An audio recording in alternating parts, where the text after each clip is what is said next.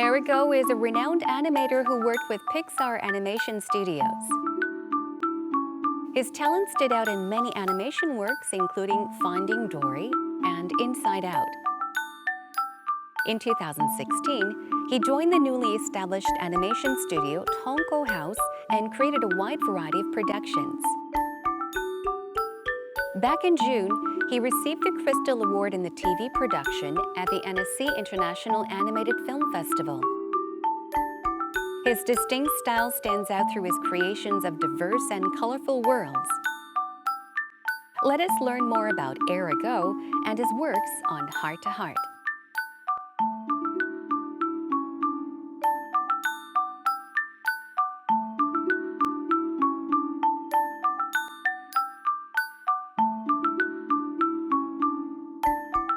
Today's guest is someone who freely crosses the border between fine arts and commercial animation. We are joined with Erick Oh, who is a Korean animation director and former animator at Pixar Animation Studios. Hello and welcome to Heart to Heart. Would you like to say hello to our viewers that are watching? Yeah, of course. Hello, my name is Erick Oh. I'm an artist, painter, filmmaker based in California. Yeah, it's my huge honor to be here. Thank you so much for having me. Well, thank you for coming. Well, felicitations are in order. I would first of all like to congratulate you. You were the very first Korean to receive the Cristal Award in the TV production category. This was at the Annecy International Animation Film Festival. It was held back in June of this year. Right, it's in France. An annual festival, I hear? Every year, yes. Yes, every year. So what was it like to win this award? I know it's a huge award, the Cristal Award. Right, it's still surreal to me. I mean, you know, it's just showcasing your film there. It's already a huge honor. So it's my third time actually going to Annecy. Oh. And then I was ready to, as always, I was ready to just play hard and enjoy the great films and, you know, and get inspired and hang out with my friends and all over the world.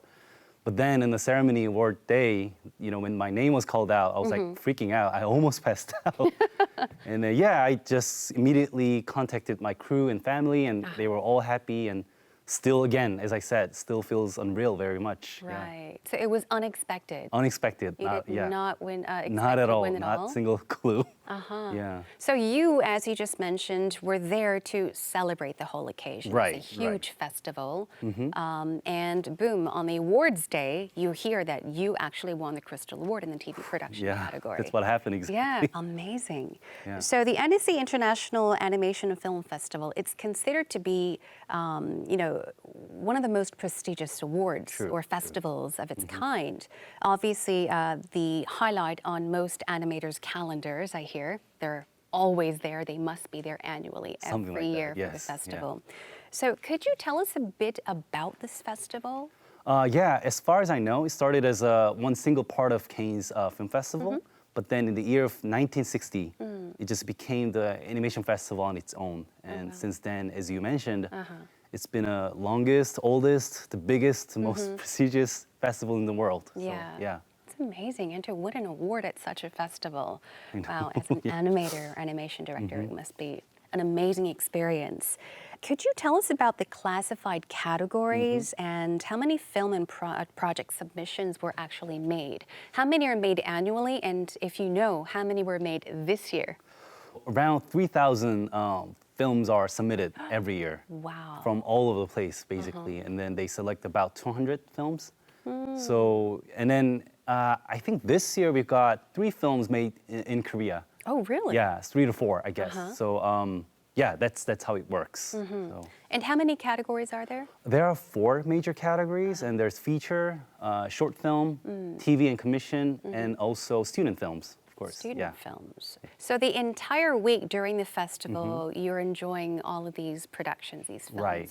The whole time. You did mention around 200 were selected. Right. So that's when people get the chance to enjoy, to watch these productions. Absolutely. They're all amazing films and all innovative, you know, cutting edge films. So it's really fun to be there and get inspired, you know, Also, about the awards, how are the prize-winning productions selected? Maybe could you tell us about the nomination criteria?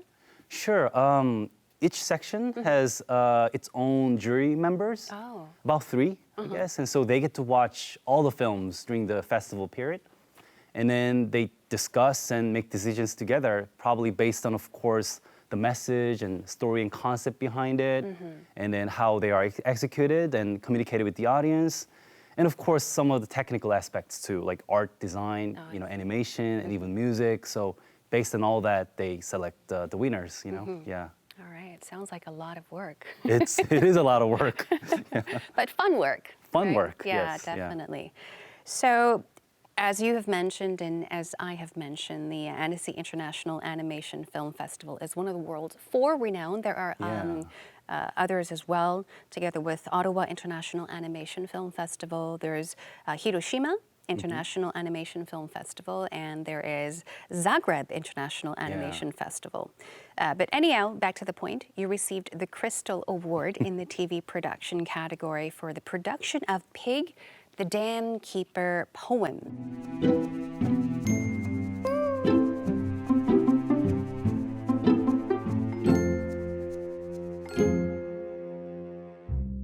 So let's get to the pig. This little guy over here. Yes, could you tell us about the production? Yeah, so it is about a pig, little baby pig, who's protecting this little yellow flower Okay. and the entire town, village, from this dark, deadly cloud.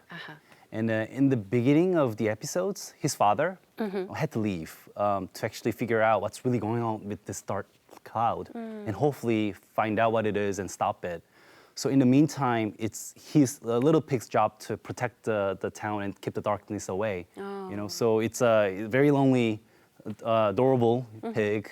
But he's not always by himself. He has friends, Yes. especially this little fox, who's always there for him. And then so in the end, it's about family, it's about friendship, it's about dream, it's about overcoming your own challenge and fear. So I think that's what a lot of people resonate with while watching this film. Yeah. Also curious, how old is the pig, or how old are they? I'll say 6 or 7. 6 or 7. Yeah. Oh, he's got I know, such a right? big job to protect. Poor little. Yes, Yeah. such a huge duty. All right, so now that we have listened to the story behind the production, why don't we take a moment to take a look at a video clip? Sure, yeah. Let's take a look.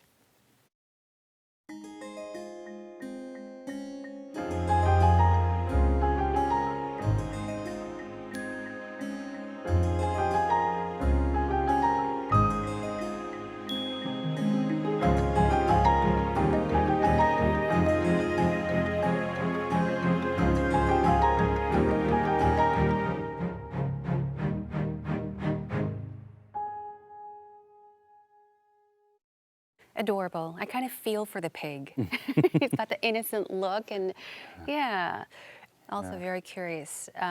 It's not that you selected, like a real life person, an actor or actress, but when it came down to, I guess, deciding upon the character, the pig, why did you decide the pig to be like the main character?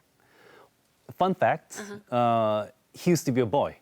Okay. He used to be a boy, and then, but the same story. He was still keeping the damn tower by himself, and then if you get to watch the short we made, and he's very lonely, and he's sometimes bullied by his classmates, and then because people, it's almost like a, janitor. He has a huge responsibility for our community, but people take it for granted, or sometimes some like bad people look down on them. So his character was just like that. And to even emphasize who he is, what's the best way to actually do it? I mean, we have much more freedom in animation. Why don't we make him as a pig? So like pig is adorable little young cute pig, but kids go like, oh, you smell, you look dirty, you are fat. Like they start making fun of him. So really just to push who he is, that's how we decided to, select this cute little pig as our main character. I see. And perhaps the fox is a genius, or really popular, very popular, bright, young, kid, that everyone loves, this little fox. So there's a comparison, yeah. So this is actually an animation production. Right. But it somehow has this watercolor painting feel to it. Yeah. And I hear that the entire series, it's 10 10, yeah, 10 of them. put together. So the entire series was actually individually hand-drawn and painted. So could you tell us about that as well as what you mainly focused on? What was your main focus on when you worked on the creation of this production? Sure. Yes and no, because it was definitely every single frame was hand-drawn and painted, but digitally. So, but how it works is pretty much the same. So it just saves a bit of a time, you know.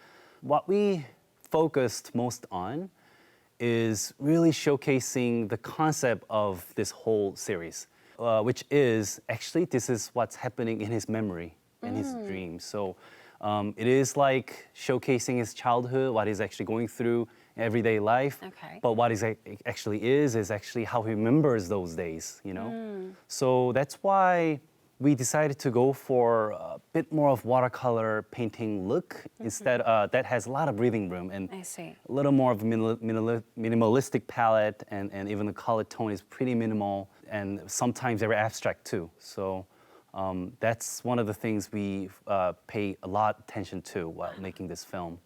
Do you plan to add some more episodes or series? Of course, Yes? yeah. So we are trying to design what happens next. What happens next? So TV series is more like a prequel, like I and then or after this short, after 7-8 years later, when they become teenagers, and now maybe Pig has to leave to find out a little more of this mystery.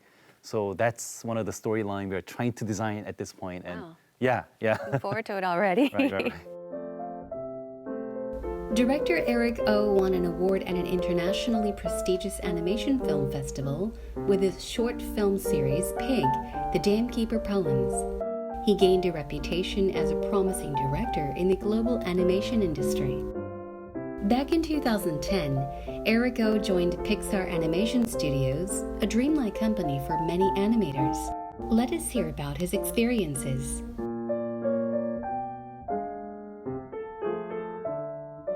All right, now let's talk about what you studied and how you got into Pixar. So you spent several years working as an animator at Pixar Animation Studios. Right. A dream company for many animators.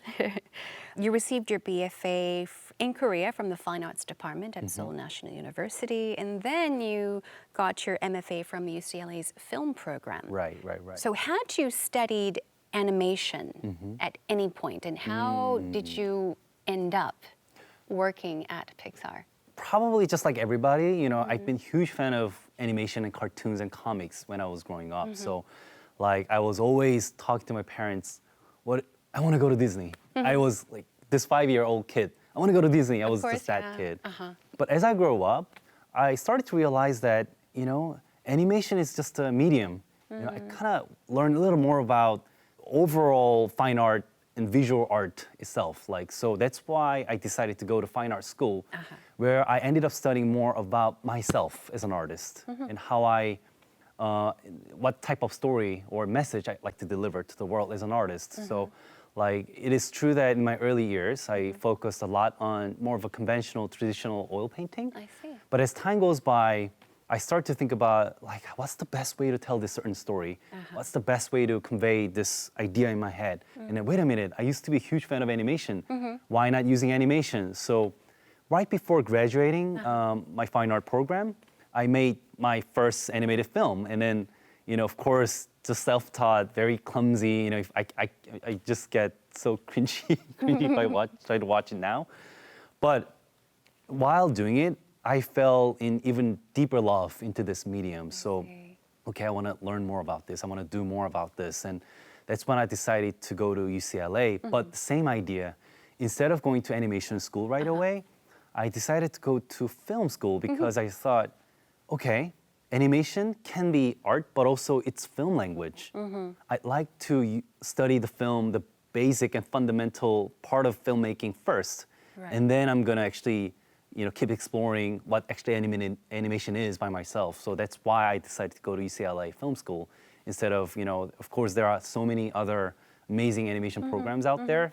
So that's why I went there. And then it was a great choice great decision because I ended up making so many films there. I learned animation by actually making animation. And then even how I got to Pixar, I literally submitted the collection of my short films to Pixar. Oh, I and then see. based on that, they somehow decided to give me a chance. And then I think I got super lucky, but that's how the relationship between me and Pixar started, you know. So which productions did you participate in while you were at Pixar? I think I was at Pixar for almost 7 years. And then, yeah, many films. My first film was Cars 2. Oh, Yeah, Cars 2, and let's say Monsters University, Brave, Inside Out, and Finding Dory, and a little bit of Coco right before I left. really? Yeah, they came out last year, right? Yeah. If only I knew. I enjoyed watching them actually. Maybe not all of them, but definitely. Yeah. Oh, wow. It's amazing. Now, Pixar is a mecca for people hoping to work in the animation business, of course. Why did you decide to leave Pixar? I mean, was there a special goal you wanted to accomplish, or was there a special reason behind? So my role at Pixar was an animator. Animators equals to actors. So my role at Pixar was to actually give the birth to this certain character, octopus, or Nemo or Dory, or like Inside Out, like Joy and Sadness, Yes. or like in the end, of course, it's really tough decision to move on. And I learned so much. One of the best talents are there at Pixar roof, of course, under the Pixar roof. But in the end, the question to myself was pretty simple. Do you want to keep pursuing your career as an actor, or would you rather spend your time studying more, on filmmaking to become a director or a storyteller of your own story? Then, actually, I do want to, start pushing my career and my vision towards becoming more of a better storyteller. So again, of course, it was really, really hard decision to leave Pixar and start this new adventure. But I just thought, this is time. This is right time for me to move on and challenge. And of course, I could have maybe made that dream come true at Pixar. But because it's a huge company and huge studio, Yeah. it could have taken a lot more, many more years or more time. So I just maybe simply couldn't wait. Yeah. Yeah. And I hear that you're working with friends at the moment at the studios. Was it Tonko Studios? Oh yeah. Yes. So basically, Tonko Studio didn't exist at the time. So actually, we briefly talked about the Dankeeper original short we made like 4 years ago.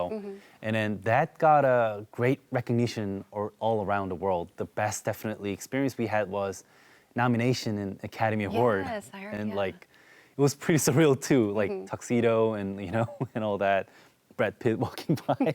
And so that was that gave us a strength and hope.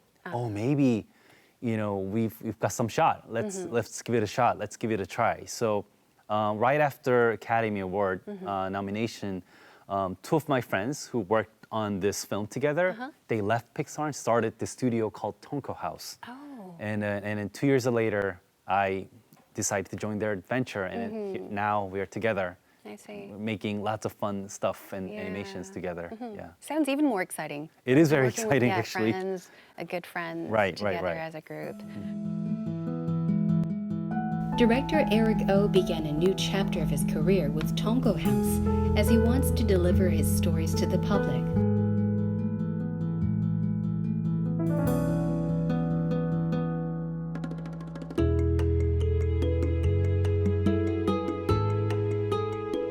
What kind of an art world does he strive to create?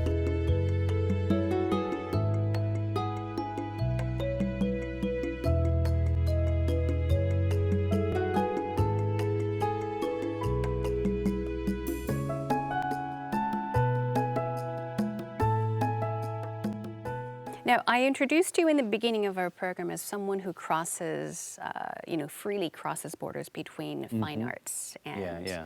animation or commercial animation. Now, you are active as an animator, but you also participate in installation art and video art and other fields in arts. So, Yeah. is there a particular message you hope to deliver to people through your work? Sure. So again, I think it's really about storytelling. It's really about idea, you try to convey. So, and then I think about what's the best way to put this into the bowl that everyone can eat. It's not just so which means is okay. I feel like there's always right medium and art form for certain story or idea.